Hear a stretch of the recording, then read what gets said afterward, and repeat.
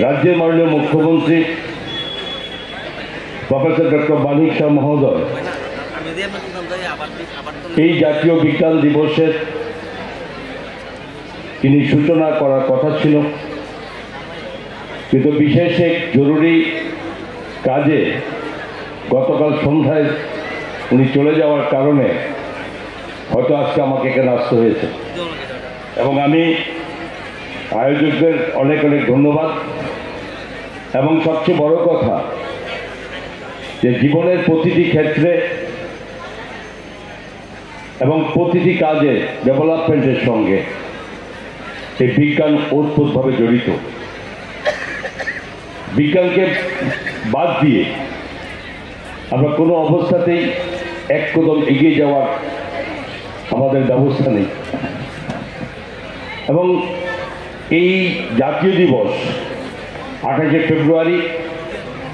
যেখানে 1928 সালে আমাদের ভারতের প্রখ্যাত পদার্থবিজ্ঞানী স্যার চন্দ্রশেখর ভেঙ্কট রামনজি যিনি রামন এফেক্ট আবিষ্কার করেছিলেন এবং তার জন্য 1930 সালে স্যার सीवी रामन जी के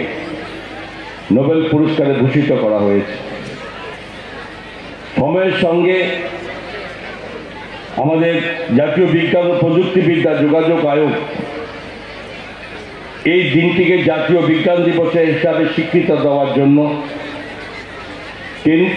ভারত সরকারের কাছে 1986 সালে সেখানে আবেদন রাখা হয়েছিল এবং ভারত সরকার এই দিনটিকে জাতীয় বিজ্ঞান দিবস হিসাবে যারা অনুমোদন দেয় সেটা সরকারিভাবে 1987 সালে সেটা শুরু হয় তারপর থেকেই এই জাতীয় বিজ্ঞান দিবস প্রত্যেক বছর পালিত হয়ে থাকে এই বছর স্পেশালি যেখানে দেশের যশস্বী প্রধানমন্ত্রী নরেন্দ্র মোদীজি 2047 সালকে লক্ষ্য রেখে যে বিকশিত ভারত এই সংকল্প যাত্রা যিনি ঘোষণা করেছেন ঠিক তারই মধ্যে কেন্দ্র করে কেন্দ্রীয় সরকারের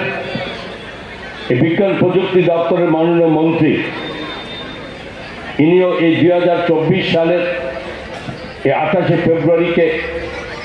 একটা মার্ক ফর সায়েন্স এবং সেই সঙ্গে টোটালি দিবসটাকে সম্মানের সাথে পালিত করার জন্য উনি একটি থিমও উনি রেখেছেন তো এই থিম আপনার বিকশিত ভারতের দেশীয় প্রযুক্তি এই হিসাবে এটা থিম রাখা হয়েছে এবং এটাকে সার্বিকভাবে সারা দেশের সঙ্গে রাজ্য তার সঙ্গে সেভাবে পালিত হচ্ছে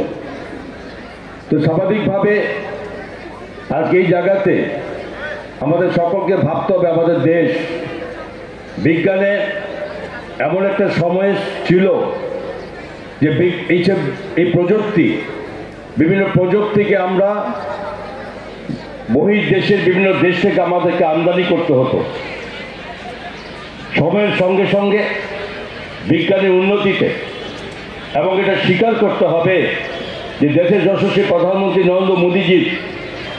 যে এই ব্যবস্থাকে আরও বেশি অগ্রাধিকারের ভিত্তিতে দেখে এগিয়ে যাওয়ার জন্য এই সময়কালে আমরা বিজ্ঞানী ভারতবর্ষে এক অন্যতম অগ্রগতির ক্ষেত্রে আমরা আজকে পদার্পণ করেছি আপনারা সকলেই জানেন যে ভারতবর্ষের যে ওই কোভিড এফেক্টে যেখানে পৃথিবীর সমস্ত রাষ্ট্রগুলো তাদের এই বিপদ থেকে উদ্ধার হওয়ার জন্য বিভিন্নভাবে সবাই এটা সাকসেসফুল হতে পারেনি আমাদের দেশের বিজ্ঞানীদের দ্বারা এবং দেশের প্রধানমন্ত্রীর যে উদ্যোগের সঙ্গে